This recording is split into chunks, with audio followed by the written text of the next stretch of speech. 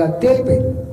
నేను చాలాసార్లు అడిగినప్పుడు 5 ఏళ్ళు పట్టుమని ఒక ఎమ్మెల్యేకి చక్కగా చేయబోతుంది, 5 సంవత్సరాల ప్రజాక్షేత్రంలో ఎంపీగా చక్కగా చేయబోతుంది, ఒక్కనాడు మంత్రివి కాకపోతుంది, నువ్వు గిన్ని హామీలు ఇస్తాను ఎట్లా సాధ్యమవుతుంది అని చెప్పి అడిగినప్పుడు నీకేమెరకలే అని చెప్పాను. నేనన్నా నువ్వు కొత్త కావచ్చు కానీ నీ పార్టీ చాలా పాత పార్టీ, 100 సంవత్సరాల చరిత్ర కలిగిన పార్టీ, దేశంలో 49 సంవత్సరాలు పాలించిన పార్టీ, రాష్ట్రంలో 40 సంవత్సరాల పైన పాలించిన పార్టీ, నువ్వు ఎట్లా ఇస్తున్నావా హామీలు అంటే కూడా ఆనాడు జనం పట్టించుకోలేదు, అయిపోయింది, ఇచ్చేసింది. ఇవాళ బాధపడుతున్నాం. అయ్యో అయ్యో అంటే ఏమొస్తుంది, ఇచ్చే మనం ఎట్లేదు అంటున్నావు అయ్యో అయ్యో అని ఇప్పుడు జనం అంతా అయ్యో అంటారు. అందుకని నిరుద్యోగ యువకులారా నేను ఒక్కటే విజ్ఞప్తి చేస్తాను.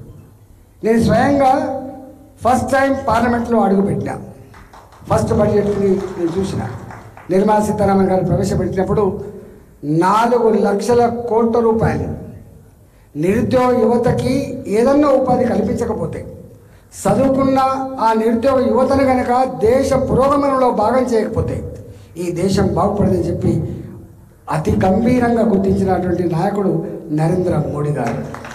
దాన్ని గుర్తించిన పార్టీ భారతీయ జనతా పార్టీ. అందుకని 4 లక్షల కోట్లు అవన్నీ చెప్పాలంటే చాలా ఉన్నాయి. అసలు ఎన్నెన్ని రకాలు పెట్టిందో వాళ్ళు, అనేక రంగాల్లో మైక్రో లెవెల్లో బ్యాంకులలో ఎట్లా ఇవ్వాలి, ఇండస్ట్రీస్కి ఎట్లా ప్రోత్సహించాలి, చిన్న చిన్న ఇండస్ట్రీస్ ఎట్లా ప్రోత్సహించాలి, కొత్తగా చదువుకున్న వాళ్ళకి, క్రియేటివిటీ ఉన్న వాళ్ళకు స్టార్టప్స్కి ఎట్లా సపోర్ట్ చేయాలి, ఏం చేసుకుంటా అంటే దానికి ఎట్లా ఇచ్చేయాలి, ఉద్యోగాలు కల్పించేటువంటి వాళ్ళకు ఎట్లా మనం సపోర్ట్ చేయాలి, చివరికి అవసరమైన మేమే ఒక నెల జీతం ఇస్తామని ఎట్లా చెప్పాలి. నేను కొంచెం జోడించిన, నాట్ ఓన్లీ ఇన్ ఇండియా, ప్రపంచంలో ఎక్కడ పోయి బతకాలన్నా కూడా వాళ్ళకు ఒక పాస్పోర్ట్ తీసేయండి మనమే ప్రభుత్వ ఖర్చుతోటి, వాళ్ళకు ఒక వీసా తీసేయండి, వాళ్ళకు ఒక కంపెనీని మీరే వెతికియండి మధ్యవర్తిగా ఉండి, వాళ్ళకి ఇన్సూరెన్స్ చేయండి, వాళ్ళ కంపెనీలో జీతం ఎంత ఉందో చూడండి, వాళ్ళకి అవసరమైన ఒక టికెట్ కూడా ఫ్రీ ఇప్పించమని చెప్పి నేను ప్రతిపాదన చేశాను. ప్రపంచంలో దుబాయ్కి పోవాలన్నా, అమెరికాకు పోవాలన్నా, ఇతర దేశాలకు పోయి బతికే వాళ్ళకు కూడా ఇవాళ ఇవన్నీ సౌకర్యం కల్పిస్తే మన బిడ్డలకు ఎంప్లాయ్మెంట్ దొరుకుతుంది. ఒకప్పుడు వేరు ఇప్పుడు వేరు, ప్రపంచమే గ్లోబల్ విలేజ్గా మారిన ఈ రోజులలో మన వాళ్ళు ఎక్కడికి పోయినా బతికేటువంటి ఆస్కారంలో ఈ రోజులలో ప్రభుత్వమే స్కిల్ డెవలప్మెంట్ సెంటర్ పెట్టడమే కాకుండా ఇలాంటి పని చేయాలని చెప్పి అలాంటి వాడిని నా అనుభవం ద్వారా సూచన కూడా చేశాడు. ఇవాళ 2025-26లో కూడా మళ్ళీ ఈ బడ్జెట్లో కూడా మొత్తం ఫోకస్ అంతా కూడా ఒకటే ఉన్నది. ఇవాళ ఎన్ని రోడ్లు వేసినా, ఎన్ని రైల్వే స్టేషన్లు కట్టినా, ఎన్ని రైల్వే లైన్లు కొత్తవి వేసినా, 50 లక్షల కోట్ల బడ్జెట్ అని చెప్పుకున్నా, జీడిపి పెరిగిందని చెప్పుకున్నా, ఇంకా ఎక్కడో కాడ యువత పాన్ డబ్బాల కాడ, యువత 4 బజార్ల కాడ ఇలా అనేక రకాల చెడు వ్యసనాలకు అలవాటై ఇవాళ ఎట్లా ఖరాబ్ అవుతుందో చూస్తూ ఉన్నాం. కాబట్టి ప్రపంచంలోనే అత్యధిక యువశక్తి కలిగిన దేశం భారతదేశం అని చెప్పేది గర్వపడుతున్నామో, ఆ దేశంలో ఆ యువశక్తిని ఈ పెడమార్గాలు పోకుండా కాపాడే కర్తవ్యం ఉందని చెప్పి ప్రభుత్వం భావించి వాళ్ళకు అనేక రకాల స్కీములని, అనేక రకాల పథకాలను ఇలా ప్రకటించింది. కాకపోతే అవి ఎక్కడైతే భారతీయ జనతా పార్టీ అధికారం ఉందో ఈ స్కీములను గొప్పగా వాడుకుంటున్నారు, ఎక్కడైతే భారతీయ జనతా పార్టీ అధికారం ఉండదో రాష్ట్రాలలో అక్కడ ఈ స్కీములు అమలు జరుగుతలేవు. సరిగా నేను స్వయంగా మీటింగ్లు పెట్టిన ఢిల్లీ లెవెల్లో తప్పకుండా పని చేస్తాం. అందుకని నిరుద్యోగ యువకులారా నేను ఒకటే అప్పీల్ చేస్తున్నాను.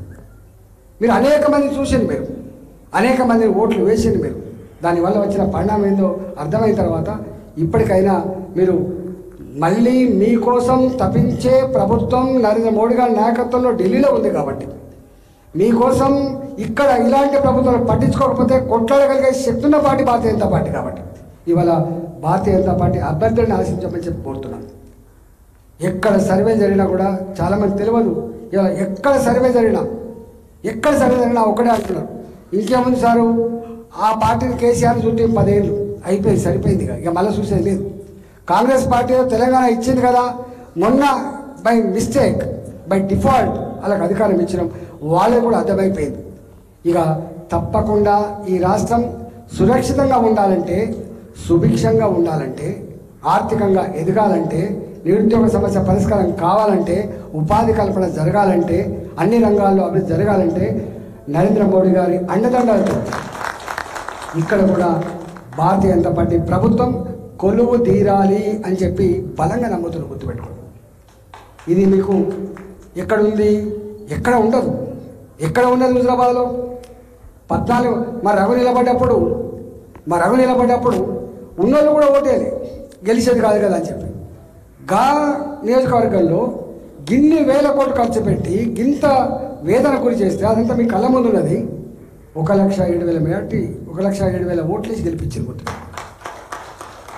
ఇవాళ మొన్న పార్లమెంట్ ఎన్నికలు జరిగినప్పుడు అసెంబ్లీలో మిస్టేక్ జరిగిపోయింది, దీన్ని రెక్టిఫై చేసుకోవాలి, దేశంలో మళ్ళీ మోడీ గారు ఉండాలని చెప్పి భావించి 41% ఓట్లు కాంగ్రెస్ పార్టీకి ఇస్తే 35% ఓట్లతో అజేయమైన శక్తిగా ఎదిగిన పార్టీ భారతీయ జనతా పార్టీ. సత్యం, అది కళ్ళ ముందు కనబడుతుంది సత్యం. 8 సీట్లు కాంగ్రెస్ గెలిస్తే 8 సీట్లు భాజపా ఇది గెలిచింది.